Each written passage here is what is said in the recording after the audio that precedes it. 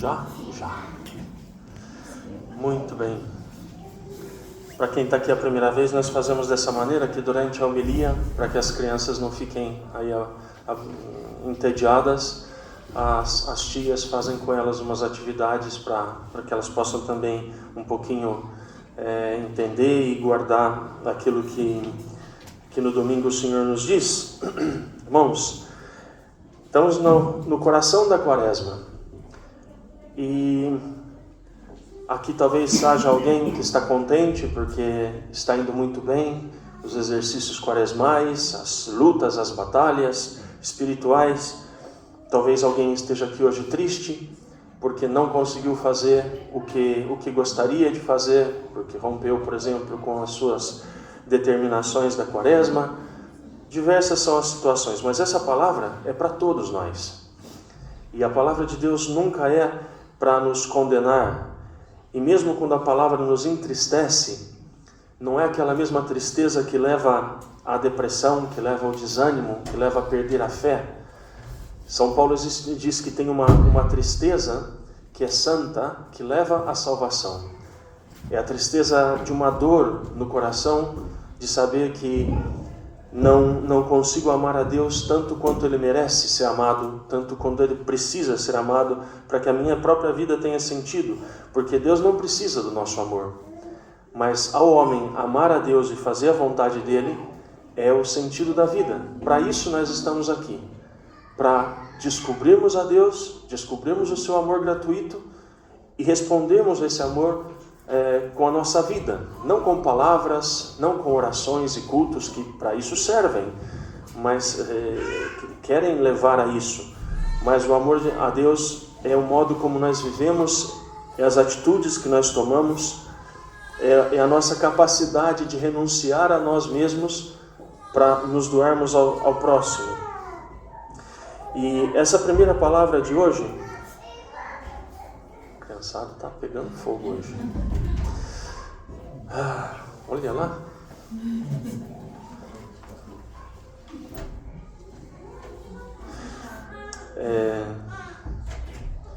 Deixa eu voltar aonde eu me perdi. Muito bem. Existem acontecimentos na nossa vida que nós não entendemos bem para que servem, às vezes coisas prosaicas do dia a dia, mas que nos levam a nos encontrar com o Senhor. Moisés estava cuidando das ovelhas do seu sogro. E de repente um aborrecimento do dia a dia, né? As ovelhas debandaram para um lugar e ele tem que ir atrás delas. E indo atrás delas, ele encontra uma manifestação que ele não entende. Uma sarça, um arbusto que queima e não se consome.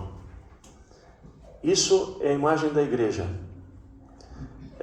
A igreja, esse arbusto, ele é símbolo da Virgem Maria, que é símbolo da igreja. Maria é essa que carrega dentro de si aquele que é a fonte do Espírito Santo. E nenhum homem pode fazer isso, porque vocês sabem por que nós não podemos ver a Deus. Se nós víssemos a Deus, nós não poderíamos continuar vivendo na terra, seria impossível. Então, esse arbusto ardente, ele é símbolo da Virgem Maria e é símbolo da igreja, que leva dentro de si o Espírito Santo, que é santa e pecadora, porque é santa porque nela está o Espírito Santo, e pecadora porque nela estou eu, que sou um pecador. Não sei se você se ajunta comigo nessa frase, né? E esse acontecimento chama a atenção, e Moisés quer entender, mas é impossível entender a Deus. E quando Deus percebe que Moisés quer se aproximar de Deus pela razão, ele fala: não pela razão, você nunca entenderá. Tira as tuas sandálias. O que significa tirar a sandália? Porque esse convite, hoje o Espírito Santo faz a todos nós. A sandália, ela tem vários significados no Antigo Testamento.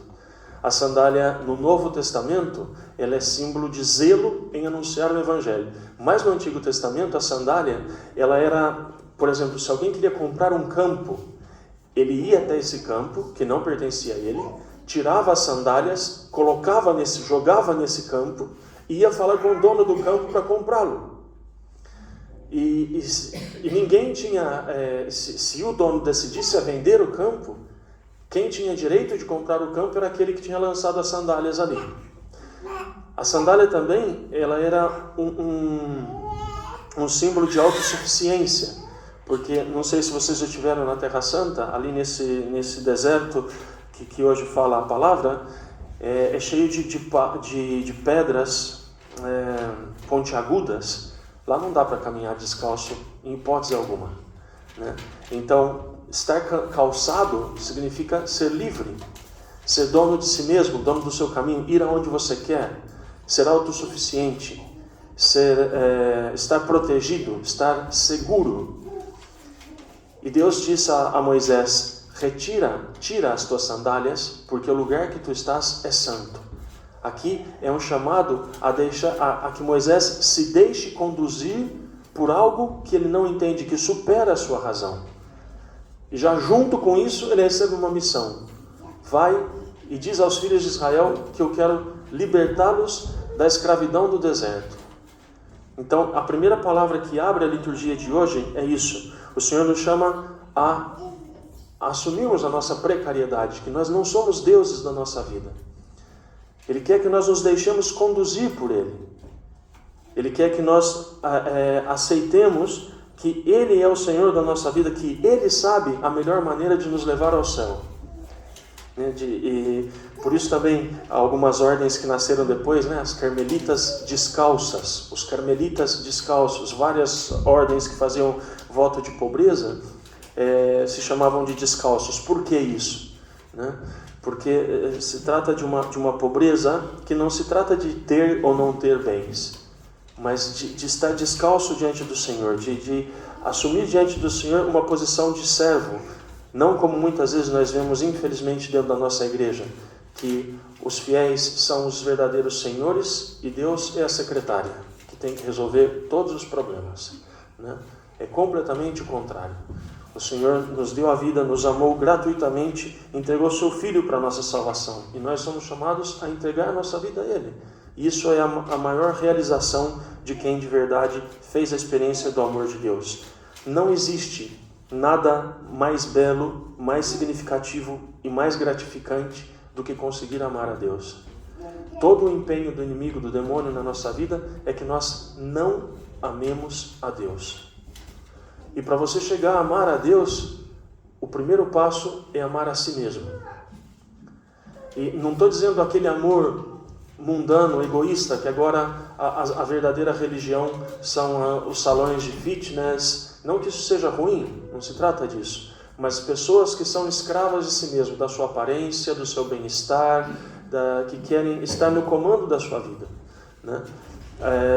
Mas o amor de si mesmo é ter misericórdia da tua alma. Muitas vezes nós nos preocupamos com o corpo e cumprimos todos os caprichos e desejos do nosso corpo, mas a nossa alma se encontra faminta e doente. Então, a primeira forma de amor cristão para consigo mesmo é aceitar-se, perdoar-se, né? E ter misericórdia de si mesmo. Porque se você não tiver misericórdia de si mesmo, você nunca terá misericórdia dos demais. Engraçado que na língua polonesa, os pecados de impureza, ele é chamado na língua polonesa de violência a si mesmo, né? Eles chamam de samogwałt. Fazer violência contra si mesmo. E se você for ver, todos os pecados graves são uma violência contra a própria alma. O pecado não é pecado porque é proibido. O pecado é pecado porque ele machuca a alma. Porque ele te afasta do tornar-se semelhante a Deus, no sentido de ser filho de Deus, de ter os traços de Deus no seu rosto, no seu coração, na sua vida, né? Então, amando-nos, nesse entendimento teológico do amor próprio, que não é o egoísmo que eu sou Deus e as pessoas existem para me servir. É o contrário, né? Lutar contra aquilo que degrada a minha alma, para poder me tornar dia a dia mais semelhante àquele que é o meu Pai, que não precisava ter me criado, mas me criou porque tem um sonho de amor, um plano de amor para com a minha vida. Depois, irmãos, a segunda palavra também é bastante séria, porque Deus amou esse povo que com o coração duro se torna um povo escravo no Egito, e o Senhor havia feito uma promessa que viria para libertar esse povo. E chega o dia que o Senhor de verdade faz justiça contra o faraó, passa com o anjo da morte matando os primogênitos do Egito, abre o mar vermelho e lhes leva em direção a uma terra que mana leite e mel. Só que nesse tempo de deserto, nessa passagem de deserto, se manifesta aquilo que eles tinham no coração. Por isso não se assustem, irmãos, se alguém aqui decide fazer o combate quaresmal e você começa a ver as coisas que saem do seu coração. Porque justamente para isso serve o deserto. Tem um lugar no Antigo Testamento que diz: levarei a minha noiva ao deserto e ali lhe falarei ao coração. Porque quando nós estamos no nosso dia a dia, com os nossos brinquedinhos, com os nossos smartphones, com a nossa Netflix, com a nossa, o que vocês quiserem, né? Estamos dispersos, nós não escutamos os gemidos da nossa alma. E quando você entra no deserto, que tem o silêncio, que tem a solidão, que tem o combate, você começa a ver que dentro do nosso coração é o que diz Santa Teresa de Ávila. Você entra num quarto escuro, você pode ter a impressão que está tudo em ordem. A hora que você abre a janela e acende a luz, você vê que aqui tem teia de aranha, aqui tem uma cadeira quebrada, aqui tem um móvel de ponta cabeça, tem um monte de coisa que precisa ser organizada. Então quando você entra no deserto, você começa a ver que aqui me falta pureza, aqui me falta caridade, aqui me falta serviço, aqui me falta misericórdia para mim, para o meu marido, para aquele cara chato que trabalha comigo, e assim por diante, né? Bom, o que diz São Paulo é algo extremamente sério. Ele fala assim: todos foram batizados em Moisés. Isso de passar no meio das águas da morte em direção à vida é absolutamente a pré-anunciação do batismo que Cristo nos traria, em que nós, por meio da água, somos chamados à vida eterna. Então, Deus, por meio desse homem que era gago, que era precário, por isso, Deus nunca precisou de pessoas perfeitas para conduzir o seu povo, porque é Ele quem conduz o povo. Então, esse mar se abre e o povo, São Paulo chama isso de batismo. Todos foram batizados em Moisés. E depois, durante o deserto, aparece a dureza do coração. No Egito nós éramos mais felizes, porque lá nós tínhamos cebola, porque lá nós tínhamos carne, porque lá nós éramos açoitados como escravos. Isso eles não lembram? Porque lá nos haviam tirado a nossa dignidade de filhos de Deus. Isso eles não se lembram. Então, pão agora, ou então nenhum passo a mais. E Deus manda o pão do céu, o maná. E Moisés fica pasmo da humildade de Deus que se inclina diante dos caprichos desse povo. Mais um tempo e agora carne.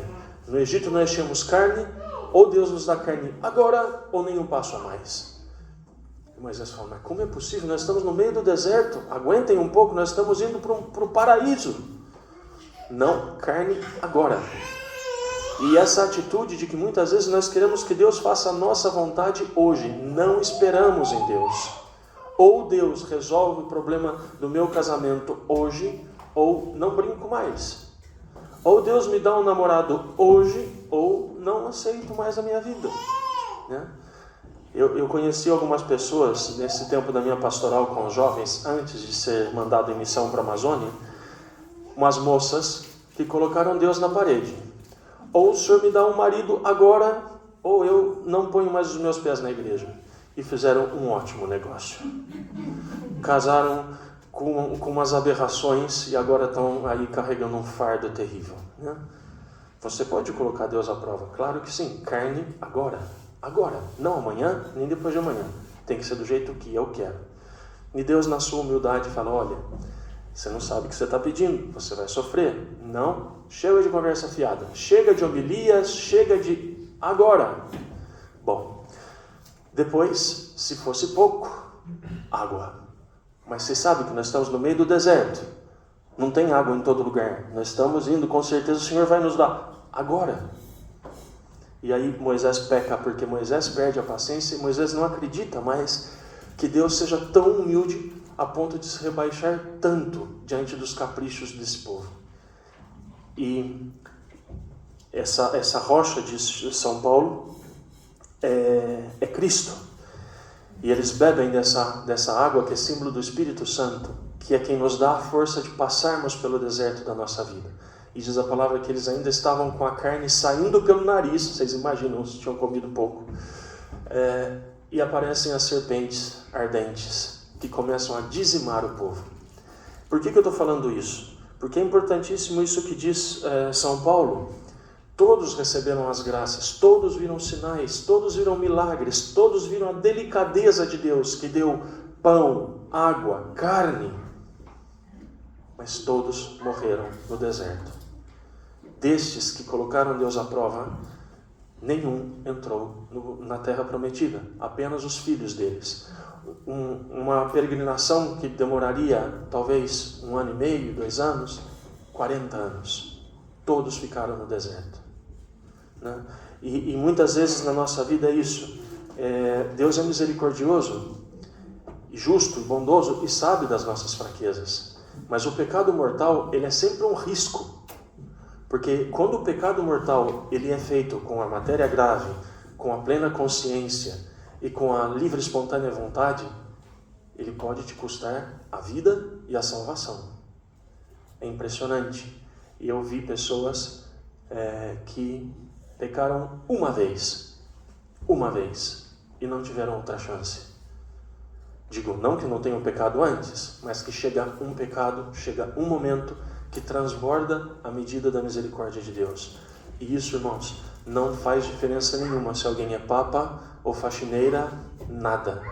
Nós todos recebemos um chamado de amar a Deus sobre todas as coisas.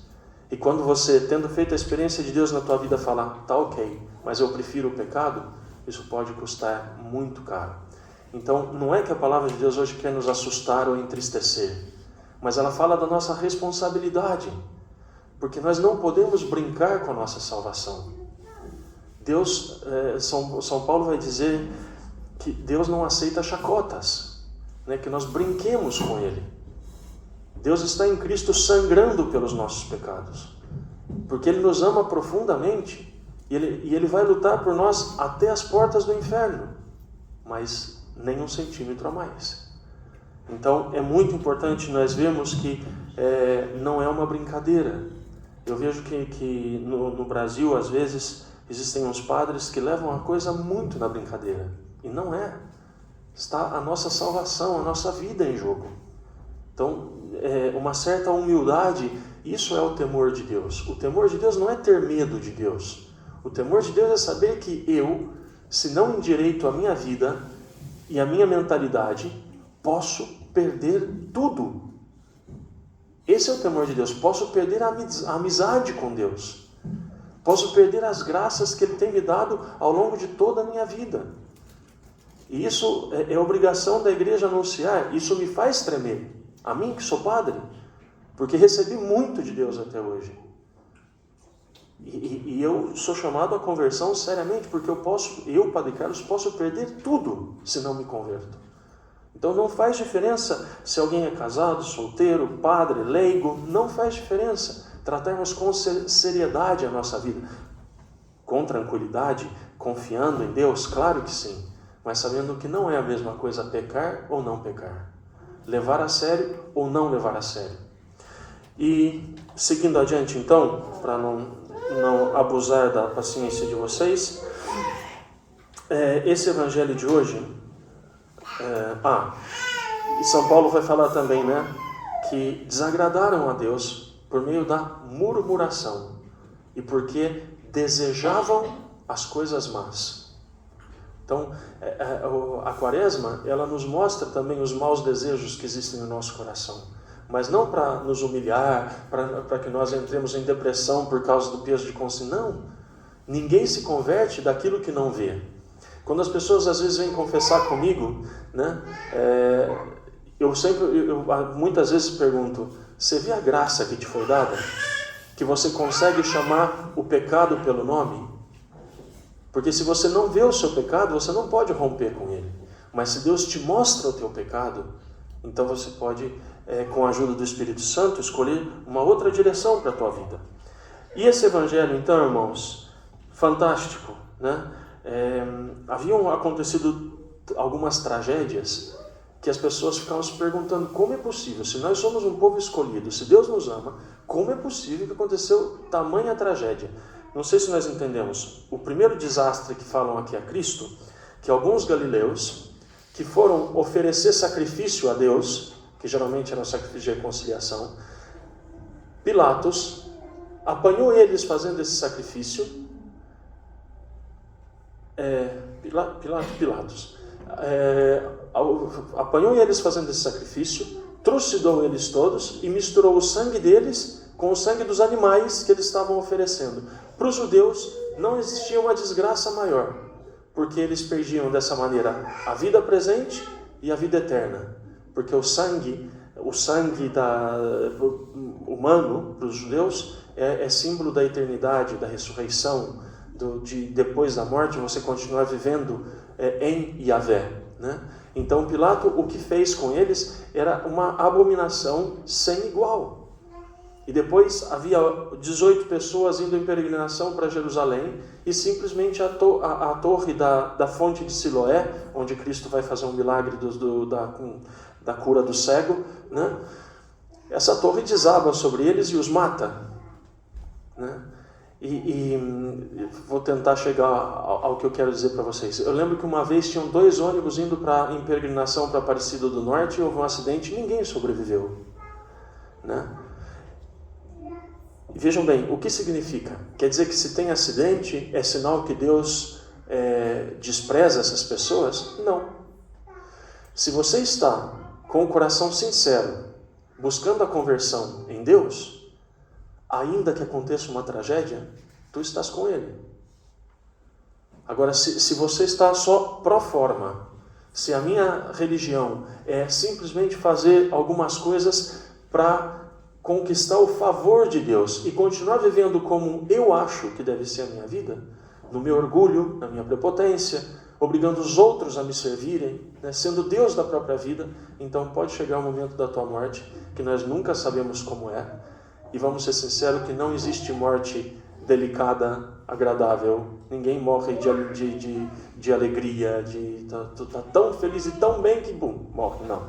Geralmente morrer dói, né? Morremos de velhice, morremos de doença, morremos de acidente, né? Mas se você está em Cristo, se você traz a vida eterna dentro de si, se você de verdade usa a tua vida para amar o Senhor, com todas as tuas forças, de todo o teu coração, ainda que venham momentos difíceis, nada podem te causar dano, né? Então é isso, irmãos, no coração da Quaresma, descalçarmos as sandálias, assumimos uma atitude de criaturas, de pessoas frágeis, pecadoras, que precisam da ajuda de Deus. Temos no nosso coração o desejo de agradar a Deus, porque temos recebido, fomos batizados não em Moisés, mas em Cristo. Não recebemos o maná, recebemos o corpo de Cristo. Não bebemos uma água que sai da rocha, bebemos o sangue de Cristo, recebemos o Espírito Santo. Recebemos o perdão dos pecados, temos recebido misericórdia e graça sobre graça. Não podemos esbanjar a benevolência de Deus. Então, uma atitude humilde, né? E a igreja que nos chama, então, a praticarmos um tripé quaresmal, que a igreja experimenta que esse tripé dá frutos, que é rezar mais seriamente. Tomar uma atitude. Nós ainda dá tempo, se alguém ainda não começou, nós estamos começando a 3ª semana. Então, nós temos 4 semanas de Quaresma pela nossa frente, né? De tomar uma atitude. De que modo? Porque o que é a oração? É procurar relação com Deus, relação com o teu Pai, relação com o teu Salvador e relação com o Espírito Santo, que pode colocar no teu coração o desejo de amar a Deus sobre todas as coisas. E eu muitas vezes, irmãos, eu fico escandalizado que às vezes eu não tenho vontade mais. São muitos anos a serviço e às vezes eu vejo que eu corro o risco de uma preguiça espiritual, né? Que às vezes eu não tenho mais vontade de fazer as coisas. São muitos anos. Eu comecei essa história toda com 15 anos. Hoje eu estou com 50, né? E às vezes eu vejo que vai chegando o cansaço, certas desilusões também. Então eu vejo que tem dia que eu preciso dobrar meus joelhos e falar: Senhor, tem misericórdia de mim, que sem a tua graça não sou capaz de fazer nada. Ajuda-me tu. Coloca no meu coração desejos de santidade, desejos de serviço, né? E Deus, que é bom, concede. Bom, oração, procurar relação com o Pai, com o Filho, com o Espírito Santo. Jejuar. Olha, se alguém consegue jejuar do pecado, já está fazendo muito, né? O que mais te leva a pecar? Jejua disso, né? Jejua disso. E para se jejuar, a oração, ela te dá a consciência, a coragem e a força de jejuar. Por exemplo, alguém exagera na bebida. Se não, antes de começar o jejum, se não procura no Senhor de verdade a força e a inspiração para jejuar, não vai conseguir. Então, a oração te leva ao jejum que encontra graça aos olhos do Senhor. E o jejum te leva a uma certa economia. Por exemplo, eu estou usando só um exemplo, tá? Existem muitas formas de jejum, mas você reza, a oração te indica do que você tem que jejuar. Por exemplo, alguém não vai tomar cerveja durante a quaresma, alguém não vai comer tanto doce durante, eu não sei, né? O que você economiza com isso, mais um sacrifício teu próximo, você anonimamente, para que ninguém fique sabendo, entrega aos pobres. Seja num orfanato, num asilo, num abrigo de pessoas sem teto, pobres. Existem vários em Varsóvia, vários. Então você transforma a tua relação com Cristo, a tua renúncia do homem velho, em amor ao próximo. E isso te dá uma possibilidade de verdade colocar o Senhor no centro da tua vida, e quando chega o dia da Páscoa, de ressuscitar, de sair do túmulo, que é a morte dos nossos pecados, para uma vida nova em Cristo, que brota dessa rocha espiritual que nos dá a força de fazermos a vontade de Deus. Perdão se me alonguei muito, mas como eu tenho pouquíssimas possibilidades de falar com vocês durante a quaresma, acho que eram algumas coisas necessárias a serem ditas.